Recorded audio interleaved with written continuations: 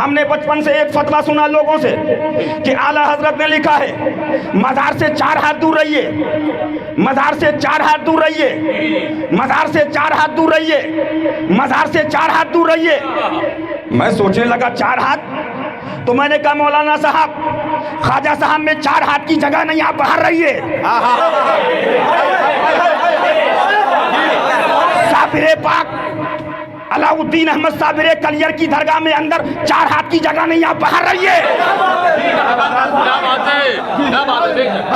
مخدوم اشرف کا چوچا مقدسہ میں 4 ہاتھ کی جگہ نہیں، باہر رہیے۔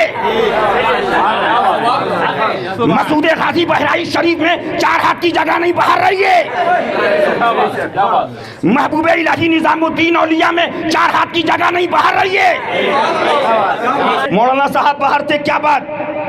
کہ باہر کیوں؟ کہ بھائی اندر جگہ، لیکن اعلیٰ حضرت کے فتوے کو سمجھنے کے لیے بھی نگاہ مظہر اعلیٰ حضرت چاہیے۔ اعلیٰ حضرت نے ادب بتایا ہے کہ 4 ہاتھ دور رہو، ادب، اور اس میں 4 ہاتھ کی قید نہیں، جس پر جتنا ادب غالب تھا۔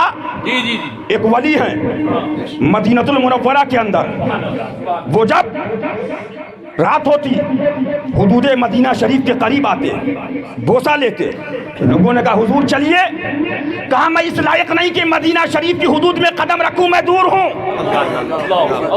ادب غالب تھا، حدود سے دور رہے، لیکن جن پر عشق غالب تھا، جن پر عشق غالب تھا، یہ کوئی ولی نہیں، صحابی حضرت ابو ایوب انصاری، عشق غالب تھا۔ جی گاڑی بھی رگڑ رہے ہیں، چوم بھی رہے ہیں۔ اب میں نے کہا اعلیٰ حضرت، تو اعلیٰ حضرت فرماتے سنو، میں نے وہ ادب کے لیے کہا تھا، یہ جاہل کچھ اور سمجھ گئے۔ کہ حضور چومنا، فرمایا چومنا جب وہ جھگڑ رہے تھے تو مروان آیا، کیا کر رہے ہو؟ تو فرمایا میں سنگو گل کے پاس نہیں، میں حضور کی بارگاہ میں آیا۔ اب اعلیٰ حضرت کا ایمان افروز جملہ لیتے جاؤ، فرمایا یہ چومنا یہ ہم کو صحابی حضرت ابو ایوب انصاری کا سنت طریقہ ہم کو ملا، اور چومنے سے روکنا یہ مروان کی سنت وہابی کو ملی۔ یہ اعلیٰ حضرت کے فتوے کو سمجھو گے؟